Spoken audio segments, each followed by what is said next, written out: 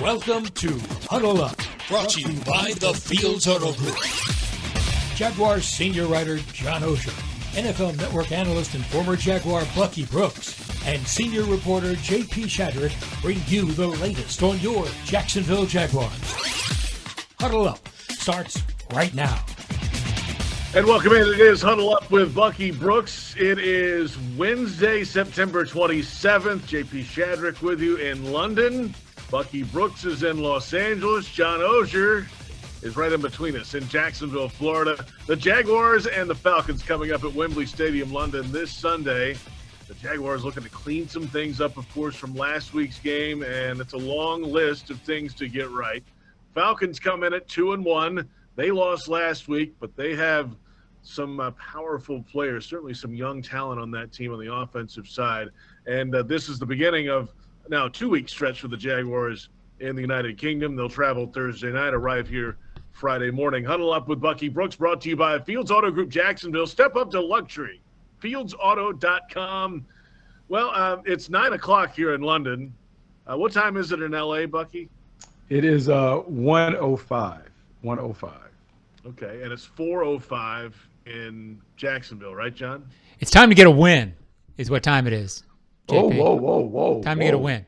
Oh, John came in hot over here. Yeah, I feel like that's the sentiment all over the building. Everyone's a little edgy. Ready. No, not edgy. Happy and ready. Well, I mean, you get salty with back-to-back losses. That can happen, right, Bucky? I mean, and the way it looked, too, right? Especially last week, I think just shocked a lot of people. So that might be why there's some of that, at least from John Oehser.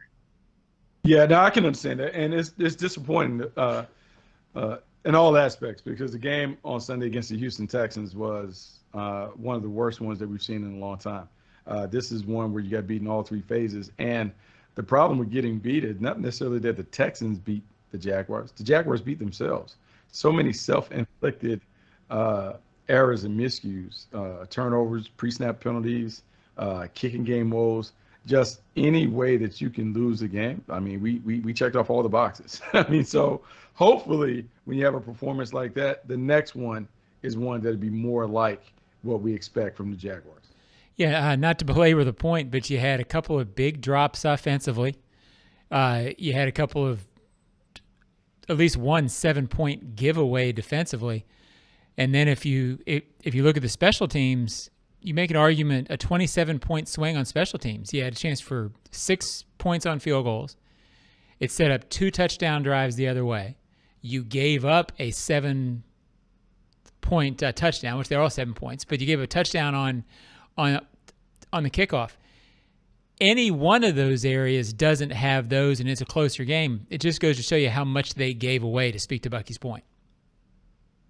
Yeah, gave it away, and I've got to clean it up moving ahead. Doug Peterson speaking with the media today, as he does each and every Wednesday, to set the tone for the week ahead, coming off that loss last week. And so we just got to get back to that. Just get back to, having a solid week of practice like we did last week, and then just, focusing on us one play at a time. What do I need to do on this particular play, and then go to the next. Short-term memory if something bad happens, short-term memory if something good happens, and, just play it one play at a time. So, Bucky, that's to your point right there. I mean, it's week 3. It's a lot of football left. I know he's said earlier that we're running out of early and things like that, but when it's so off the rails as it was in moments last week, that's what you have to do, brick by brick, right? Yeah, brick by brick. You got to take it back to the basics. And JP talked about last week, that he felt like the practices were solid, that he wanted to get back to basics, and the performance was not up to par.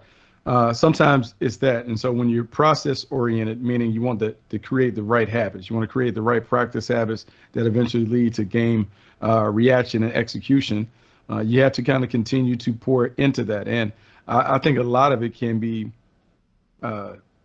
corrected by maybe a little simplification. Normally when you have mess-ups and you have the kind of mistakes that the Jaguars made, that is a big glaring red light. Hey, we're doing too much. People are confused.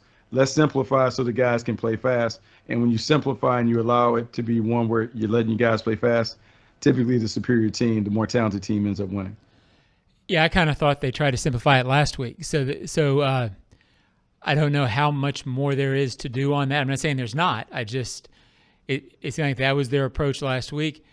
I think Bucky, and I'd love to hear the perspective of the former player on this. I think a huge challenge this week is something that it's very hard to measure until you actually see it. They keep talking about we need to relax and play our game. We need to relax and let it come to us. And I completely agree with that, but you got to win. So it's clear you're 1-2. You don't want to be 1-3.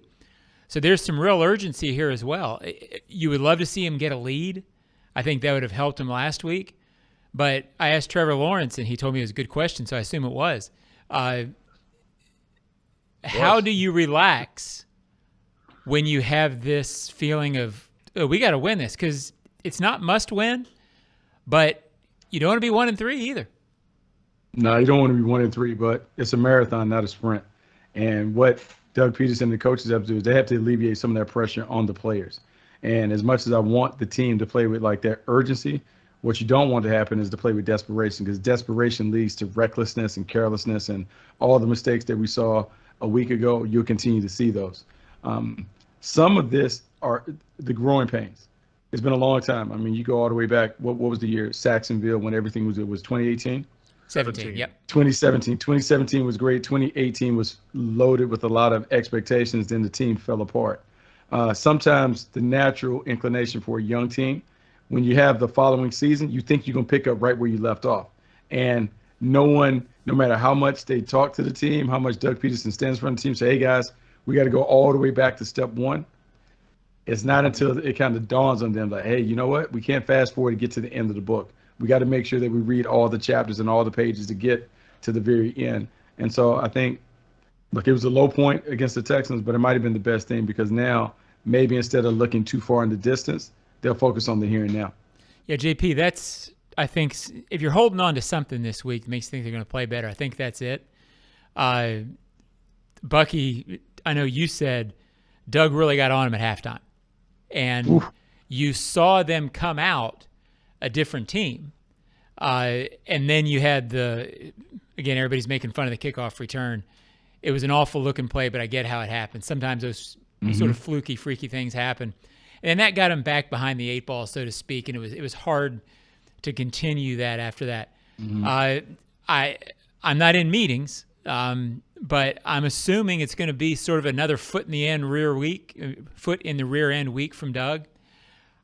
I think they'll respond to that, and you would think you would see a significantly more energized, adrenaline, whatever it is, in the first half against the Falcons, if they can strike that balance, Bucky.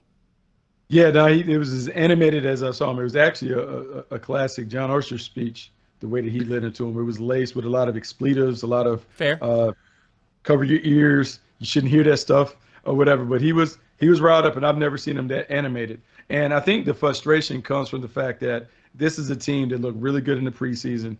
By all accounts, training camp was very solid. It appeared that this team was going to hit the ground running, and for whatever reason, it hasn't. Defensively, the team was pretty good the first couple of weeks, but offensively, it hasn't been right from the start. And because the offense was viewed as the strength of the team, was expected to be the strength of the team, the fact that they're sputtering and the quarterback isn't playing well, and you got Calvin Ridley and Christian Kirk and others dropping passes, yeah, I mean, everyone, that anxiety, that pressure is real, but you can't handle it trying to be superheroes. Everyone has to kind of take that collective breath, dial it back, get back to focusing on the fundamentals. And when they focus on the fundamentals, the production and the performance will pick up.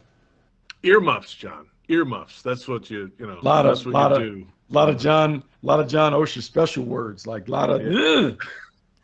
I'll get into it. Yeah, I won't lie to you. I mean, I know this is the internet and all. However, we're not going there. Hey, quickly, John, what did you feel? Did you feel that in the locker room today a little while ago? I hate saying you feel it. I don't really know how to judge what players say in a group setting situation like that. They're saying a lot of the same things they said last week, and I would expect that because it was the same sort of feeling. They know they've got to get better. They know it's a long season. They know there's a sense of urgency, all that. I I saw a focused team last week, so I'm not going to be disingenuous and say, hey, I saw this difference. I think we'll see this on Sunday. I think this is more of a game where sometimes you got to kind of shut up during the week and go play. Mm-hmm. That doesn't mean we don't go do our jobs, JP. I'm not saying it was a bad question, but I don't really think fans want to hear that anymore. I don't think players want to say it anymore. I think it's more of, all right, well, I'm going to keep it sort of low what I'm saying this week, and I'm just going to go show it.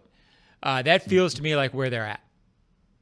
Yeah, because they had a whole off season of a lot of that kind of stuff, So inside and outside the building, Bucky. I mean, so that's what it is. There's been a lot of talk and a lot of conversation. I've talked about it. Pour a little kerosene on the fire, talking about how you expect the team to score 30 points a game, how the offense would be unstoppable, and all these other things. Remember the 3 wide receivers over 100 or 1,000 and a rusher? Remember that? We still got time. We still got time. We still got time. We still have flashes. Like, it's a marathon. It's not a sprint. Like, we can bookmark this, and we have time. Ultimately, in a perfect world, you break the season up into quarters. So we're nearing the end of the first quarter. And if the Jaguars are 2-2 at the end of the first quarter, fine. Then you got to get back on track and have some 3-1s during those other quarters. But we'll be okay. The main thing is this team needs a breakout performance so they can regain their confidence. What I see is a team that isn't very confident in terms of all these expectations, this and that. It was supposed to be easy. And because there have been some challenges and some struggles early, lost a little bit of their confidence. And so normally what a great coach would do is when your team is struggling for that, you try and find the best things that they do. So you rank your players maybe 1 to 5 on offense, and you say, okay, here are the top 5 players on offense. Here are the guys who need to touch the ball. What are the 5 best plays that each of these guys is involved in? Okay, we're only going to call these things because our job is to get them going. And if we get these 5 guys going, they're going to take us and carry us to the threshold. So we don't need to be cute. Get the ball to the best players and let the best players dictate whether we win the game or not. Is that tricky, Bucky, with, and I think Calvin Ridley is going to be a really good player for this team. But when he sort of struggled like he has, I would say the last 2 weeks, particularly last week, do they, you said go find the top 5 plays. Do they know what he's great at yet, if you follow me? I mean, is that part of sort of the clunkiness? Yeah, I think they're still trying to do that. And I'll say this, like looking at the offense from field level this year compared to last year the offense was very organic in terms of where the ball went. The ball just kind of found the open guy. This year, I feel like the ball is being forced to Calvin a little more than normal, and that's messing everything up in terms of, not that I see body language or I see Christian Kirk or anybody pouting, but last year there was a very organic feel to this offense. Trevor dropped back, whoever's open, boom, you get it. One day it was Evans' day, the next day it'd be Christian's day, the week after it'd be Zay Jones' day. This year, it feels like they're kind of forcing Calvin into that number 1 role, which he should be. But I feel like they're force-feeding him as opposed to, hey, let's drop back. Whoever's the first one to get open is the one that gets the ball. And if they can kind of get back to the ball will find the players when they're supposed to, they'll have a better chance of this offense kind of clicking, even though we can talk about the offensive line struggles later. JP, we'll come back. JP, that's why, right there, that's why it's the Bucky Brooks show. Because I've been searching for what I felt was wrong with the offense. I would say wrong, but and it felt organic last year. It felt natural. And there's just a little bit of a feel for what Bucky talked about. So huddle up with Bucky Brooks, everybody. The Bucky Brooks show on the Bucky Brooks Network. There's a reason why he makes the big bucks. Yeah. That's for sure. Good stuff. If you're a Jags fan who's always on the move, we've got the perfect plan for you. With the bundle at the bank, you can purchase tickets to 3 or more games starting at just $58 per game. Get the flexibility you want for your time this fall. Visit jaguars.com/tickets or call 904-633-2000. We're back with a little more on this offense. Travis Etienne carrying the load a little bit last week. Can he carry that over into London again against this Falcons defense? And we'll get into that matchup coming up. It's Huddle Up with Bucky Brooks. Hello, I'm Dan Fields, and we have some great news. Fields has the vehicle you want, in stock, priced right, and ready for delivery. Fields Auto Group is Jacksonville's luxury automotive destination for Cadillac, Jaguar, Land Rover, Lexus, Mercedes-Benz, and Porsche. Inventory is back and available for immediate delivery. And every Fields customer can take advantage of our Fields Amenities program with complimentary loaners, car washes, and our cafes. You deserve the best. Stop by today or go to fieldsauto.com. The 2023 season is awesome. Introducing the Four-Legged Fan Club, the Jaguars' official fan club for pets. Presented by Forever Vets Animal Hospital, your furry friend can access exclusive merchandise, events, and sweepstakes throughout the season. Fan club members will be automatically entered to win the Pet of the Game sweepstakes with 2 Jags tickets and sideline passes for pet owners and the chance for your pet to be featured on the video boards as Pet of the Game. Visit jaguars.com/promotions/Four-Legged Fan Club to sign up. Frank Frangie here. When you want barbecue in Jacksonville, you want Bono's Pit Barbecue. You can find Bono's locations all around town and on game day at Everbank Stadium because Bono's is the official barbecue of the Jacksonville Jaguars. Over 70 years of authentic Southern Pit Barbecue. We are the local barbecue joint in BBQval for generations of people in Jacksonville. Go to bonosbarbq.com to learn more or call 904-880-8310 today. And remember, if you don't see a pit, it ain't legit. You should prepare and focus on all the little details as much as you possibly can throughout the week and walkthroughs and practice and really challenge yourself. And that's the time where you can think a little bit and you want to see every look, and it's all right to make a mistake, and you want to, and that's when you get better and you see all the looks and you learn from it.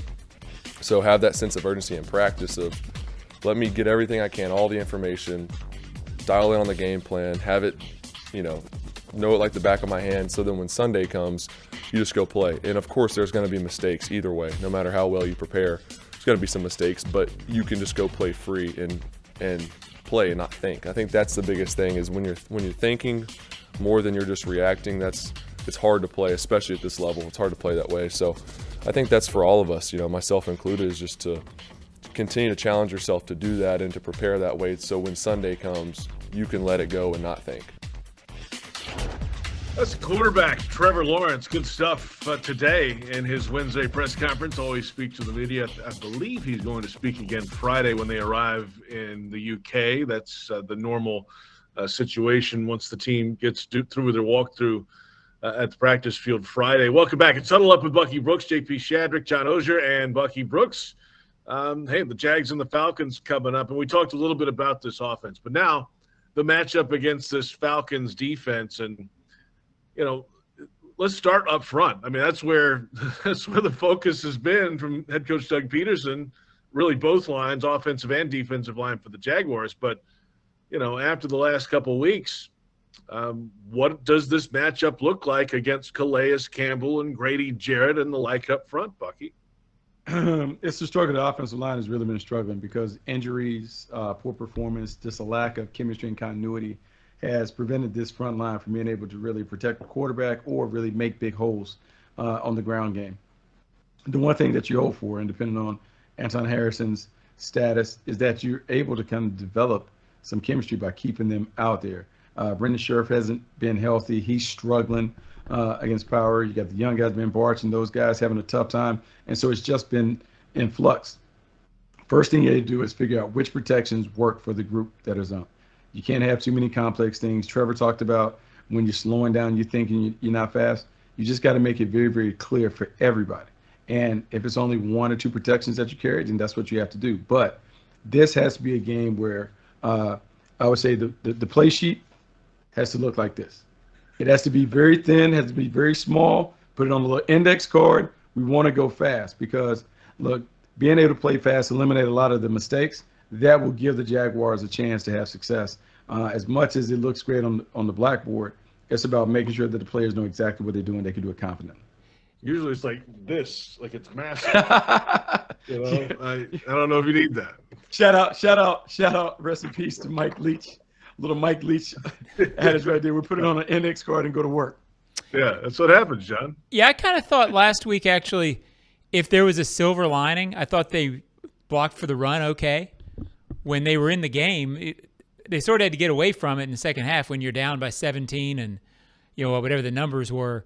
It's hard to stick with the run. But I thought that was the weird thing about trying to analyze this game, Bucky, was they had 404 total yards, I think it was, and no 3 and outs. They would move and look okay and then sort of have a shoot yourself in the foot moment. I liked what I saw from the running game last week. Overall, though, you're right. Simplifying the pass protection, figuring out what they do. Doug, by the way, said today that Anton Harrison will play. That's not a short-term issue. But you've got to create some situation where Trevor feels more confident in the pocket. I'm not going to say ghosts or whatever all those words are, but there are certainly times where you can tell there's not a comfort, and I got to think that's contributing to all of the, I keep saying clunkiness, but all of the sporadic, all the offness that you feel out of this offense. So run block better, but got to get better pass protection. I mean, look, I think you're hitting the nail on the head when it comes to it. Offensively, we feel like we spend so much time talking about the offense. I think because that's probably the biggest disappointment of the team is that the offense hasn't been what we thought it would be. We thought it'd be video game-like. It would be fun. Scoreboards would be going off. Like, we'd be able to put the new stuff in Everbank where the lights come on and go off when we score touchdowns. Haven't seen any of that. And so some of the issues are about Trevor not playing well. And when you see the franchise quarterback kind of struggling like he is, where he's uncertain or he's just off the mark, you got to figure out how to fix him. And the way that you can fix him is let's shore up the pass protection. Let's get the ball out of his hands. One of the things that they did last year when he was struggling, we saw more of the bubble screen game become a part of it. More swing screens, more bubble screens, more things that were quick rhythm throws designed to get the ball out of his hands. And it's just like playing basketball. Put the ball in the hole few layups, then the mid-range and the three-pointer kind of becomes easier. And so I think we'll see more of that. Let's get him in space. Let's get the ball out. Everybody can get touches like that. And now this offense can begin to develop a rhythm because it hasn't really been in rhythm the entire season. To be fair, you can also catch those balls. I mean, there's been some catches that you expect these guys to make that would make and I'm not saying Trevor hasn't been off, but you make some of those catches and all of a sudden his confidence goes up, the receiver's confidence goes up. I've heard a couple of people say, and I've even had some fans ask me, well, they're not having any fun. They don't look like they're having fun. Well, it's hard to it's a little bit of a chicken and the egg. It's hard to have fun when you're kicking 3 field goals against Kansas City. So I guess you sort of have to manufacture your own fun early, and maybe it'll come later. Maybe you have to fool yourself into the fact you're having fun. I hate to say this because, like I've said here in Advocated, process-oriented. The fun is in the winning. Sure. It's not a lot of fun when you're getting your teeth kicked in. Not a lot of fun when you're not touching the ball. I can tell you the receiver in me will tell you, hey, it's hard running up and down the field when you don't touch the ball because then it's a track meet. No one signed up for track. You signed up to play football, so you want to touch the ball. And so you have some of that going, and the guys are being great sports, but I know it's bubbling up when you look and you're like, man, I've gone 3 quarters. I'm just running up and down the field. I haven't touched the ball. Some of that you got to manage all of those things. And part of the reason why we talk about getting the ball out, some of the bubble screens or whatever, that is a way to keep everybody engaged. I hate to say this to people, even though they're pros, they're like a bunch of little kids. If they don't touch the ball, they don't get lollipops, their faces begin to droop and they pout. So you got to find a way to keep them involved and keep them active while also staying on schedule when it comes to the game plan. Yep. Quickly on this Falcons defense, they've got some salty vets on the defensive line, Bucky. Obviously, Calais Campbell in year 16, Grady Jarrett in year 9, David Oyemata is in year 8. I mean, and so these guys have some pelts on the wall, if you will. They've done this a time or two, and they know all the tricks of the trade. They do know all the tricks of the trade. Very veteran, very experienced group that has had a lot of success individually and collectively. This is a defense that's coming together, and they're doing it really, really nice. Arthur Smith wanted to make some changes, wanted this team to play faster. And the way that you play fast, you get a lot of guys who know what they're doing. Jesse Bates has come in and kind of streamlined some of the communication, and he goes from back end to front end. And now with Calais Campbell providing some leadership, even though he's not the player that he once was, that leadership matters. That hey, everybody, we need to be pros, and here's how we get off the ball, and here's how we finish at the ball, and all that other stuff. We're seeing this team exhibit good habits. And so when you have good habits that have carried over from the practice field to the game tape, it means that everyone is heeding the messages. Everyone is on the same page. And by the way, Calais Campbell with a sack would be the 42nd player in league history to 100 career sacks. Let's hope that happens a little later. Not this week, Calais, right, John? Yeah, and he deserves it when it happens. Absolutely don't want to have it happen this week, but as every fan knows, everybody who's dealt with him, maybe one of the classiest people ever to walk through the Jaguars hall. So it'd be good to see him. Just don't want him to walk out with a win on Sunday. No, not at all. Jags fans want customized Jaguars furniture for your home? Well, check out zipchair.com, and you can browse all customizable options. ZipChair, furniture for fans. Well, there's a gentleman wearing number 5 for the Falcons. He's a rookie, but he's playing big. We'll talk about Bijan Robinson when we come back. This is Huddle Up with Bucky Brooks. Hello, I'm Dan Fields, and we have some great news. Fields has the vehicle you want, in stock, priced right, and ready for delivery. Fields Auto Group is Jacksonville's luxury automotive destination for Cadillac, Jaguar, Land Rover, Lexus, Mercedes-Benz, and Porsche. Inventory is back and available for immediate delivery. And every Fields customer can take advantage of our Fields Amenities program with complimentary loaners, car washes, and our cafes. You deserve the best. Stop by today or go to fieldsauto.com.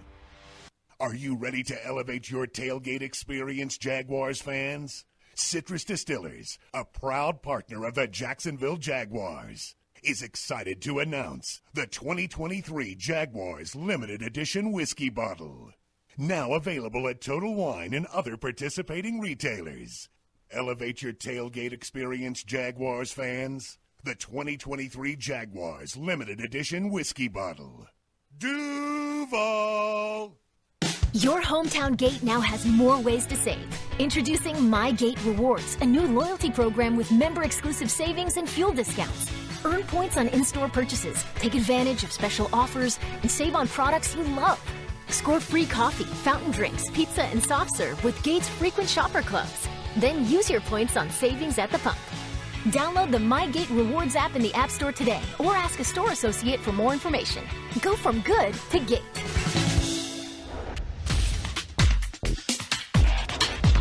Not how we start, it's going to be how we finish, the season. And, we're making mistakes. It's not like, teams have really done much, to us as far as beating us. Well, we're beating ourselves, and that's usually the case. And once we figure out, and a lot like last year, we were kind of beating ourselves. And once we figure out how to, kind of get out of our own way, take care of the football, tackle better, all those types of things, then things begin to go in your favor.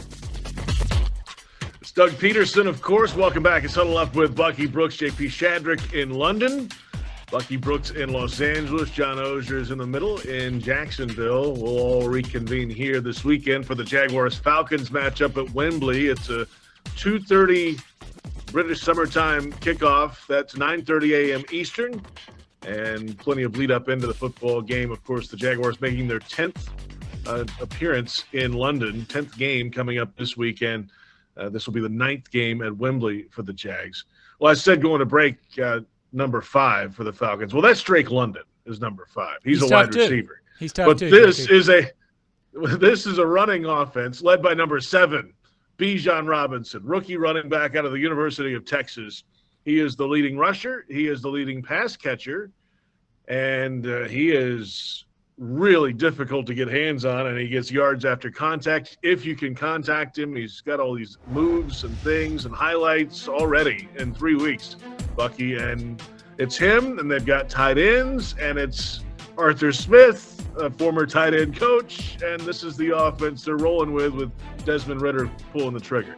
Yeah, it's the offense they're rolling with Desmond Ridder pulling the trigger. But you're right, the playmakers around him are absolutely amazing. Bijan Robinson reminds me of a young LaDainian Tomlinson, and I understand what happens when you put those comparisons out there to a Hall of Famer, but he is everything that you want at the running back in today's game. He can run inside and outside. He can catch the ball out the backfield. He can run routes from the backfield or displace. He has the toughness and the big play ability that really makes you kind of hold your breath whenever he touches the ball. And because he is so good, you already have to consider, how do you double team him?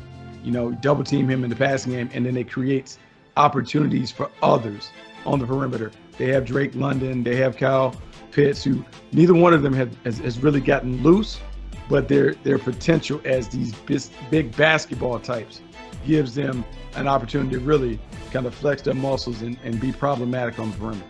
Yeah, JP, beyond being good, which Robinson is and their skill players are, I'm wondering from the defensive coordinator, Bucky Brooks, how tough is it to prepare, because this is not a style of offense that you see very often. It's running back centric, which most teams aren't. I mean, is this that unique where it makes preparation tough? I would think so. Yeah, it does make it tough because they're old school, and Arthur Smith makes no apologies. They're going to run the football. He doesn't care about your fantasy football team, doesn't care if you took Kyle Pitts with one of your early picks. Doesn't matter. He's going to run the football. And we have seen this was a team that was one of the top rushing offenses last year with Tyler Algier. So now they double down and add a more explosive, more dynamic running back to pair with him. Yeah, they want to run the football. And what that does is it allows them to control the game. It allows them to put their quarterback, Desmond Ridder, in a managerial role where they can just say, hey, minimize your mistakes, make the plays that are there to be made, but give the ball to these guys and get out the way. Tough offense to defend because he's not a playmaker. He's just a pass-first point guard that is just facilitating what's going on the field. Yeah, JP, unsurprisingly, I think Jaguars fans sort of have experience watching this kind of a team because philosophically it feels like Tennessee was when Arthur Smith was there. In this sense, you might be up 17-0 on them, and they believe they can run their way back into the game. Usually a team you're down double digits, you can pin the ears back and pass. So strikes you that, again, not surprising, this is the way this guy believes philosophically and calls a game. And they haven't even had Cordero Patterson this year yet either. So he's got a thigh injury, and we'll see what happens with that moving ahead in the running game. But, you mentioned Kyle Pitts. Jonnu Smith is there. He's got 3 career touchdowns and almost 200 yards in 9 games against the Jags in his long time in Tennessee. Pruitt, the other tight end. So, hey, now Jaguars defense, right? Hey, Devin Lloyd's not traveling to London. Chad Muma's in there, especially against the tight ends. How do you slow down the 2 different types of tight ends you have? This may be a game with more nickel. Like rather than even put the onus on the linebackers, this may be a game with big nickel, big dime, where you have multiple safeties that can come in and put their hands on the tight end. We've seen them do it a few different ways. We've seen Rashad Jenkins come down in the box and sometimes put his hands on tight ends and do it that way. We've seen other guys kind of take their turns doing it. This might be a week where you have to use some of those strategies to make sure that you keep both of those guys, those tight ends and those big playmakers on the outside on the wraps. Yeah, you don't want to get too worried or scared of a game because this team scored 6 points on the Lions. I mean, it's clearly an offense that can be stopped. But the worry for me would be the Jaguars have been a slow-starting team. You don't want to be down 7-0, 10-0 on a team that believes it can run you out of the building because then it gets very tough to take them away from what they want to do. So I've said it all week. This is a fascinating – it's one of the more interesting games for the Jaguars going in because of all the psychological stuff with needing a fast start. I believe they really need a fast start on Sunday, and they haven't been that sort of team. They have not. They have not at all. And they really haven't been that for a couple of years, Buck. No, they haven't been. And this will be one I can't wait to see what Doug Peterson and Press Taylor come up with when it comes to that first 15. Most people know that the first 15 plays of most offenses are scripted. So how does the brain trust, how do they get together to try and give the team the best plan that they need to hit those first 15 to show the defense enough stuff that you can begin to kind of have adjustments and counters to what they're doing. So then you can exploit that. That's a lot of stuff wrapped up into like a little small package that we're trying to put together by the end of the week. This is going to be a tough one. It's going to be a challenge for sure. But JP, doesn't it sound crazy? And I don't think I'm alone in this thought. That you really feel like you need a fast start because you don't want to be behind. And this was a come-from-behind team last year. It was. The Jags. Yeah. I mean, they did it 5. If they had a trademark, that was it. The being down double digits. How many times did I write it? 5 times in their last 5 home games to come back. And now all of a sudden And I'm not saying it's a criticism of the team. It just shows you how sometimes that kind of thing can get in your head, and that a very small thing can change a lot in terms of your mindset in this league. And you sure would like to see him start hot on that front. I guess I keep going back to that theme this week. Well, yeah. I mean, you talk about getting them hot, and so how do you do that? Last week during the game, there was a moment where Trevor Lawrence went tempo. They went up tempo, and what up tempo does is that's how he played in college. It also simplifies the looks for the defense because people are afraid of getting caught in a blitz pressure, and everyone doesn't get the call. That might be something that they use, jump in and out of tempo to give Trevor Lawrence an opportunity to have a little more control of what's going on. And then it also, if he handles it right, it allows him to build himself up to be kind of like the star in waiting that we've been waiting to see.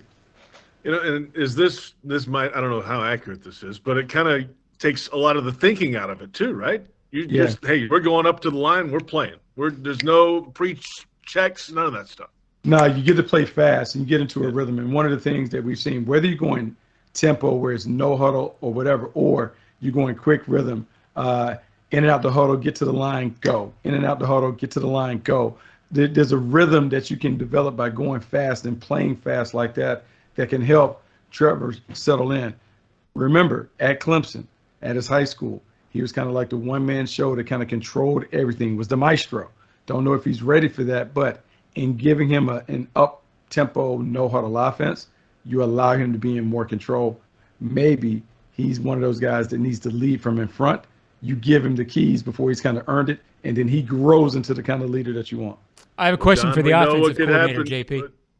Yeah, go ahead. For the offensive coordinator, I've already gotten the defense coordinator in. Let's get him out. Let's bring the offensive coordinator in. I'm getting tons of questions on this, so I want to ask you. The targets, why aren't they using Christian Kirk more? Why aren't they using this guy more? I maintain that I don't necessarily know that they're predetermining that during the week. I think some of the pressure is causing that when you've got to get the ball out of your hands. Is that more of that's what the play is taking Trevor Lawrence to, meaning the number of catches guys are getting in this scheme this year? Some of that, and some of that is done. But I'll say this, and Doug has been a play caller for a long time. He can pass this on the press tether because this is something that took place in Green Bay when Doug was there. There's one guy on the offense whose job is to track the touches. Okay. And what happens, and when I say this, I'm not being disrespectful to pro players, but pro players are just like little league players or whatever. When they don't touch the ball, they pout and they mope. And it's hard for them to stay engaged. And if you go long stretches where they don't touch the ball and then you throw it to them in the fourth quarter, what happens is they're going to look at the quarterback like, oh, now you want to throw me the ball? I've been running around. So what you have to do is you have to have someone who's responsible for reminding Press and Doug, hey, man, it's been a couple series since Christian has touched the ball. Hey, Evan Ingram hasn't touched the ball. And so on that play sheet, we might have to expand it a little bit beyond this. There should be like a little column or two that has get the ball to 0, get the ball to 13, get the ball to 7, get the ball to 17. And what they are is like 5 or 6 like quick hitting plays that you can dictate to get the ball to them. And that keeps everyone going. And if early in the game you can get all those guys where they look up at the scoreboard and they all have 2 to 3, everyone's happy because they're all involved. I got you. It gets out of kilter if Calvin Ridley has 7 touches and nobody else has any. Then everyone is like, well, what am I doing? Like, this is different. And they won't say it publicly, but it has to eat them up inside. So this has to be one where somebody has to monitor distribution. Hey, I got a piece of candy. JP got a piece of candy. John O, it can't be Bucky gets all the candy. You guys don't eat. That's not fair. That's all this show is Bucky getting the candy, JP. Right. I mean, it is Halloween coming up quick, I guess. About a month away. Let's come back in a moment. Schedule of events the next 2 weeks. It is Hardy here in London. We'll wrap it up after this. Huddle Up with Bucky Brooks. Hello, I'm Dan Fields, and we have some great news. Fields has the vehicle you want, in stock, priced right, and ready for delivery. Fields Auto Group is Jacksonville's luxury automotive destination for Cadillac, Jaguar, Land Rover, Lexus, Mercedes-Benz, and Porsche. Inventory is back and available for immediate delivery. And every Fields customer can take advantage of our Fields Amenities program with complimentary loaners, car washes, and our cafes. You deserve the best. Stop by today or go to fieldsauto.com. The kick is up. It's good! Score winning sub deals this Jaguars regular season at Firehouse Subs. Get 2 medium subs for just $10 after any game when the Jaguars kick a field goal of 40 yards or more. It's a bold deal for the bold city. Sign up at firehouseSubs.com/field goals for Firehouse for offer details and to automatically receive this offer when you use your Firehouse Subs rewards account. Redeemable only at participating Jacksonville and Orlando area restaurants. Only available on the Firehouse Subs app and online ordering. Are you ready to elevate your tailgate experience, Jaguars fans? Citrus Distillers, a proud partner of the Jacksonville Jaguars, is excited to announce the 2023 Jaguars Limited Edition Whiskey Bottle. Now available at Total Wine and other participating retailers. Elevate your tailgate experience, Jaguars fans. The 2023 Jaguars Limited Edition Whiskey Bottle. Duval!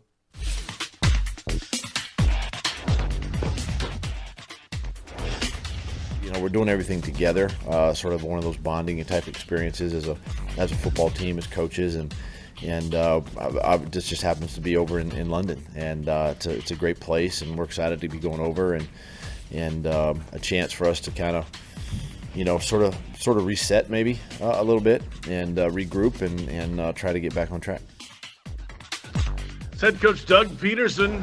The Jaguars headed to London Thursday night. They'll arrive Friday morning. I'm here now. Bucky will be here this weekend. John will be with the team Thursday night as they head on over, and then we'll all reconvene at Wembley on Sunday for a 2:30 London time kick, 9:30 a.m. Eastern, and it is a busy week ahead. It actually starts tonight. Fulham was at home tonight, so a lot of the front office folks from both sides, obviously crossovers. So a lot of folks are at the Fulham game tonight. Tomorrow, Jags Country featuring Clint Black as the headliner at the Wembley Arena. There's of course, the practice. I think you had to respond to that before to have a chance to go out and see practice at the Grove on Friday. Saturday is a pub party, Bucky. I know you'll be ready for that. You're going to come down to that, right? For sure. Yeah. Absolutely. John, you should see John at these things. John is a legend over here. Oh, legendary. I like it, John. Go big. Yeah, the only place I'm not a legend is on this show, Buck. That's okay. Like sometimes the candy isn't equally distributed. That's right. That's right. In London, I get some candy. Not here, and I'm fine with that. None of this program. And then, of course, Sunday the Falcons Jaguars game, and then next week it's Jags AM live from the resort for the second week. Hanbury Manor is the name of it, where the Jaguars will practice in week number 2 leading into the Bills game. And then Jaguars Happy Hour live from Pavilion Inn Pub, the same pub as Saturday, Monday afternoon. Wednesday, Huddle Up with Bucky Brooks. This show will run from the same pub. Thursday, Happy Hour, the Doug Peterson Show. Yes, again, you guessed it, from Pavilion Inn Pub, and then we'll be there again Saturday for another pub party. So we've got some pints to be had, Buck. Is there a cot in the pub, JP? Because I may just stay there. There's a what now? A cot. Bedding. You could probably roll one in. I've stayed in pubs before, so it won't be the first time. the first time you slept in a bar. Huh? Okay, fine. So y'all might have to help me out. I'm not necessarily a pub or a big beer consumer, so you might have to help me when it comes to some of those things. See if we can find some other stuff. I'll have yours. Don't worry about it. Yeah, we'll make sure you're okay. See if I can get an Arnold Palmer or two over there while I'm just kind of hanging out. There you know what that is. We can make that happen, yeah, for sure. So there's a lot going on. We'll have it all for you on Jaguars.com over the next, 12 days? I've lost count at this point. We've just started. Ooh, your suitcase. I can only imagine what that suitcase looks like. Yeah, it was heavy. I feel bad for the airline folks who had to deal with that today. That's what it's going to be, though. It's a good trip, and the Jaguars will be here soon. And this show is in the books, John, whether you were on it or not. That's right. It's done. No, good show. Good job, Buck. Let's go. Way to go, Bucky. Hey, let's go get some of this candy out. You keep being you, Bucky. Let's do it. Are we guaranteeing a win this week? Can I get a lead pipe lock? Can I get a lock from John Oehser? We guaranteeing a win? I want it, Buck. I can't lock it. I can't lock it. I'm worried about this one. But I think they'll be fine, but I'm worried about it. Can you give me some of that Dan Lanning energy pregame? Can I get some of that? Like we're gonna He's go. one of a kind. I'll give you some Jay Norvell energy. For the win. John's all about the clicks. Bucky's all about the wins. That's right. And I'm just here. I'm JP Shadrick. It's Huddle Up with Bucky.